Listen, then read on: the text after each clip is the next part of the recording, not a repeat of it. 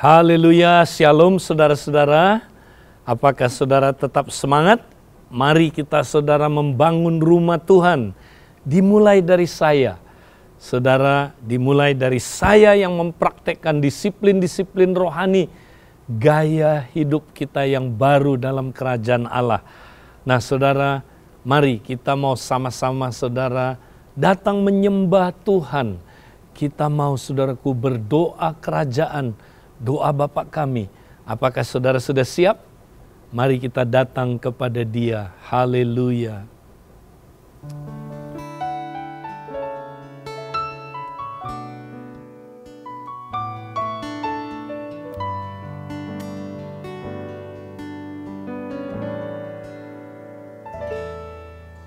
Hari-hari yang telah kulalui,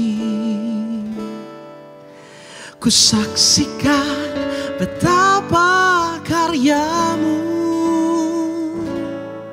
selalu nyata di dalam hidupku. Tuhan, Kau sungguh baik. Banyak peristiwa dan kejadian membuat diri semakin menyadari bahwa rancangan-Mu indah dalam hidupku. Tuhan, Kau sungguh baik.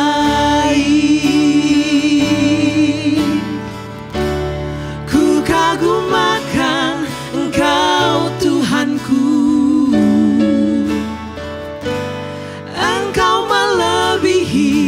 Apapun di dunia ini, takkan ku berhenti untuk selalu memuji-Mu. Tuhan, Kau sungguh baik. Ku kagum akan Engkau Tuhanku. Engkau melebihi apapun di dunia ini, takkan ku berhenti terus selalu memuji-Mu. Tuhan, Kau sungguh baik. Tuhan, Kau sungguh baik.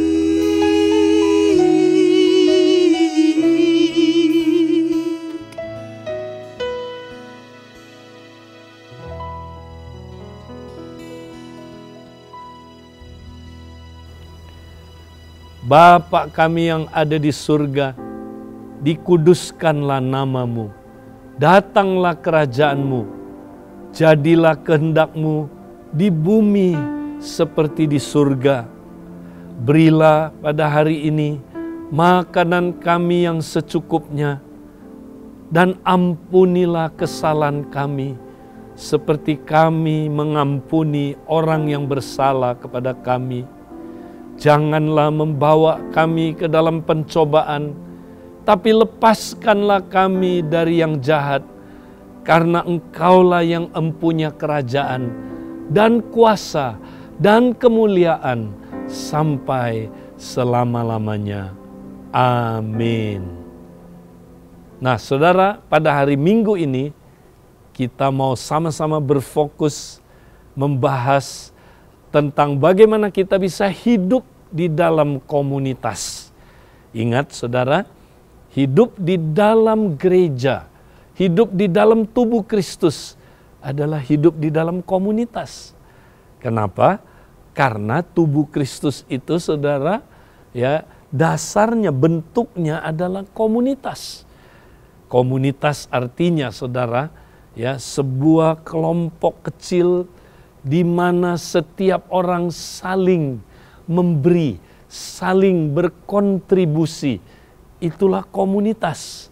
Nah, saudara-saudara, komunitas berasal dari dua kata, ya, kum, ya, yaitu bersama-sama, atau saling, dan munus.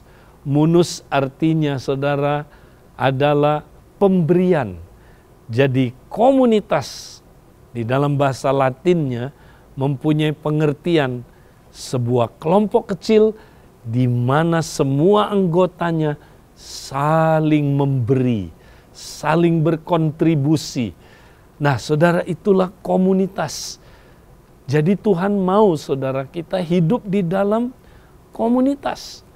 Nah, mari kita lihat saudara, seperti apa komunitas ya gereja itu atau tubuh Kristus itu. Nah, kita bisa melihat saudaraku di dalam Kisah Rasul pasal yang kedua. Kalau saudara baca Kisah Rasul pasal yang kedua, ayat 42 sampai ayat 47, kita dapat melihat saudara, komunitas itu mempunyai gaya hidup sehari-hari. Komunitas itu bukan sekedar ketemu seminggu sekali, tapi mereka mempraktekkan gaya hidup sehari-hari.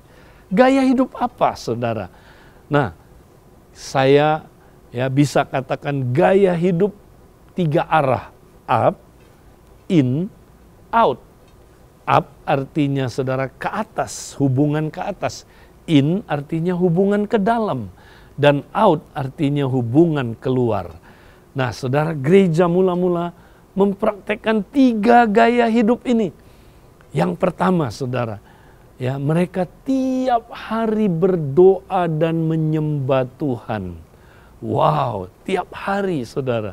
Ya, mereka terus connect dengan Kristus sebagai kepala. Ya, mereka, saudaraku, tiap hari datang mempersembahkan tubuhnya sebagai korban yang hidup, yang kudus, yang berkenan kepada Allah. Tiap hari mereka menyerahkan dirinya supaya ya dikendalikan oleh Allah. Supaya Kristus sang kepala itu menguasai hidup mereka. Nah, saudara, inilah gaya hidup yang pertama dalam komunitas. Ya.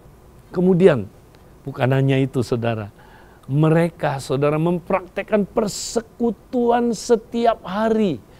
Wow, setiap hari mereka bertemu. Tiap hari mereka bersekutu. Koinonia. Artinya bukan hanya kumpul bersama-sama, tapi bersekutu itu koinonia artinya saling berkontribusi. Artinya saling memberi. Memberi perhatian, saling mengajar, saling menggembalakan, saling menasehati, ya. Bahkan mereka, saudara, menjaga persekutuan mereka begitu kuat. Ya, mereka jaga dengan apa, saudara? Mereka jaga dengan melakukan perjamuan kudus. Wow, perjamuan kudus, saudaraku, itu adalah, saudara, ya, di mana bukan sekedar mereka, saudara, ya, melakukan ritual kegiatan agamawi, tapi mereka bersekutu dengan tubuh Kristus, saudara. Ketika mereka makan roti, ya, mereka minum anggur itu, saudara, mereka bersekutu dengan tubuh Kristus secara pribadi, tapi juga tubuh Kristus secara korporat. Mereka, saudara, sebelum makan perjamuan itu, mereka mengaku dosa. Mereka terbuka. Mereka menguji diri sendiri. Jangan sampai ada dosa korporat di mana mereka membenci satu dengan yang lain, ya, saling menyakiti, ya, menduka citakan Roh Kudus. Saudara, mereka bertobat dari dosa-dosa ini. Mereka, saudaraku, dalam makan perjamuan itu, karena mereka menguji diri mereka, maka yang ada adalah berkat Tuhan. Mereka mengalami berkat Tuhan yang luar biasa. Ya. Nah, saudara, itu yang mereka lakukan. Jadi tubuh Kristus sehat karena mereka jaga kesehatan, ya, persekutuan mereka, saudara. Dan bukan hanya itu, tapi mereka, saudara, dikatakan Tuhan menambahkan, ya, jumlah mereka setiap hari. Tuhan menambahkan jumlah orang-orang yang diselamatkan tiap hari. Artinya apa saudara? Mereka tiap hari bersaksi, tiap hari memenangkan jiwa. Tiap hari saudaraku mereka muridkan jiwa baru. Ini luar biasa saudara. Inilah saudara-saudara kehidupan sehari-hari mereka di dalam komunitas. Nah saudara, bagaimana mereka bisa melakukan ini? Tahukah saudara, kunci rahasianya adalah karena mereka dipenuhi dengan Roh Kudus. Saudara, ketika Roh Kudus dicurahkan di hari Pentakosta, maka saudara seperti yang firman Tuhan katakan saudara, ya, maka Roh Kudus ya membaptis mereka menjadi satu tubuh dan memberikan kepada mereka minum di dalam tubuh Kristus itu. Memberi mereka minum dari satu roh yang sama. Saudara-saudara, ketika kita mengandalkan Roh Kudus saudara, maka luar biasa saudara. Kita bisa hidup di dalam komunitas. Ya.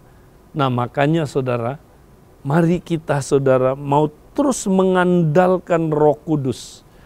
Ya. Kita mau saudaraku biarkan Roh Kudus menguasai hidup kita sepenuhnya. Supaya saudara kita mampu hidup di dalam komunitas tubuh Kristus. Saudara, seringkali banyak orang Kristen saudara hari-hari ini tidak lagi mengandalkan Roh Kudus. Akibatnya saudara, ya, mereka tidak bisa dan tidak mampu hidup dalam tubuh Kristus. Tidak mampu hidup dalam komunitas. Saya kembali mau bacakan saudara. Apa yang A.W. Tozer katakan, saya pernah ya ungkapkan perkataan-perkataan dia. Ya, dia bilang begini saudara, jika Roh Kudus mundur dari gereja sekarang, 95% dari apa yang kita lakukan akan tetap berlangsung. Dan tidak ada yang membedakannya. Wow.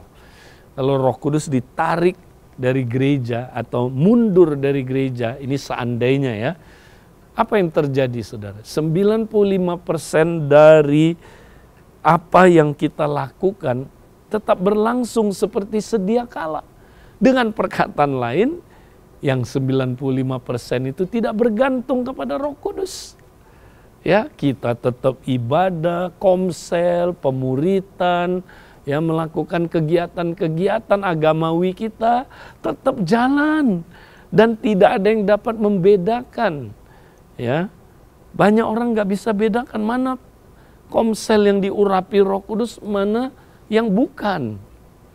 Tapi selanjutnya dia berkata, kalau Roh Kudus mundur dari gereja perjanjian baru, 95% dari apa yang mereka lakukan akan berhenti dan setiap orang dapat membedakannya. Wow.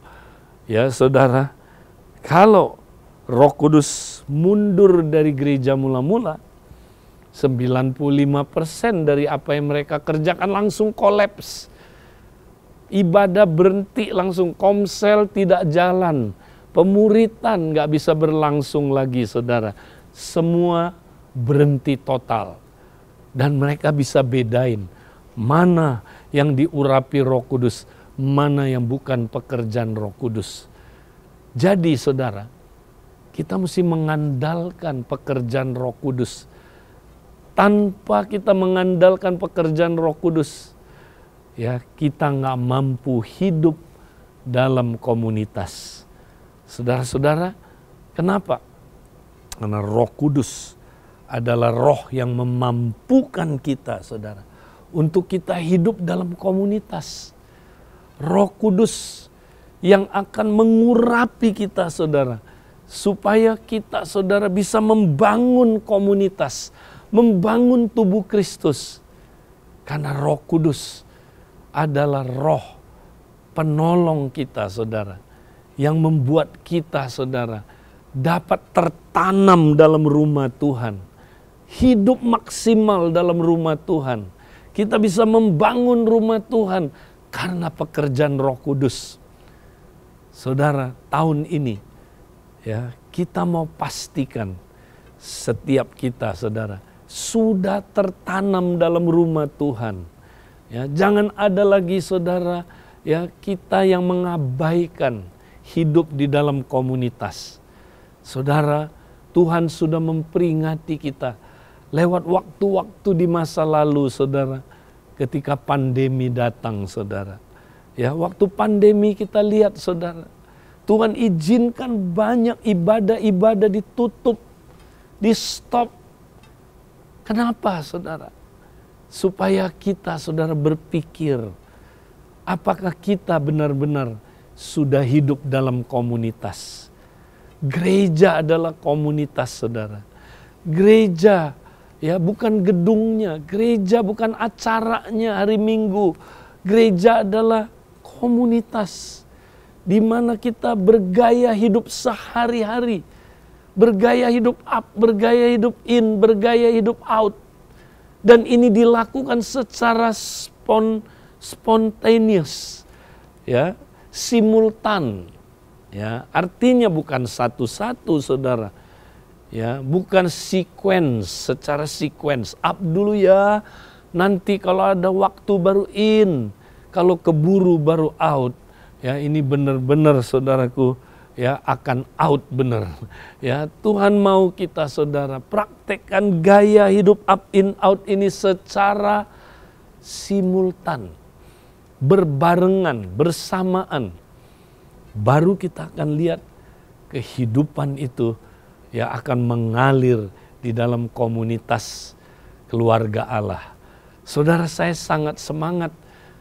Saya berdoa supaya setiap kita, saudara, kita boleh dipenuhi dengan Roh Kudus. Ya, kita semua, saudaraku, mengandalkan Roh Kudus. Tuhan sedang mau memulihkan gerejanya, saudara. Apakah kita siap? Saudara, mari, ya, kita mau hari ini pastikan kita sudah tertanam dalam sebuah komunitas. Dan bukan hanya tertanam, kita hidup maksimal di dalam komunitas itu. Dan saudara, tahun ini, ya, ingat saudara, goncangan belum akan berhenti. Masih akan ada goncangan-goncangan lainnya, saudara. Ya, akan ada goncangan ekonomi, goncangan politik, goncangan keluarga, ya, goncangan dunia ini, saudara. Goncangan sosial. Akan ada goncangan-goncangan yang sangat mengerikan, saudara. Tapi dengar, saudara, orang yang hidup dalam komunitas kerajaan Allah, mereka tidak akan tergoncangkan. Saya berdoa supaya saudara bisa melewati goncangan apapun. Ya, kalau saudara setia hidup di dalam komunitas. Kembali lagi, caranya bagaimana, saudara? Sederhana, ya, andalkan Roh Kudus, saudara. Karena hanya lewat pekerjaan Roh Kudus kita mampu hidup dalam komunitas secara maksimal. Saya berdoa supaya saudara terus ingat, ya, tertanam dalam komunitas, hidup dalam komunitas. Tuhan memberkati saudara. Amen.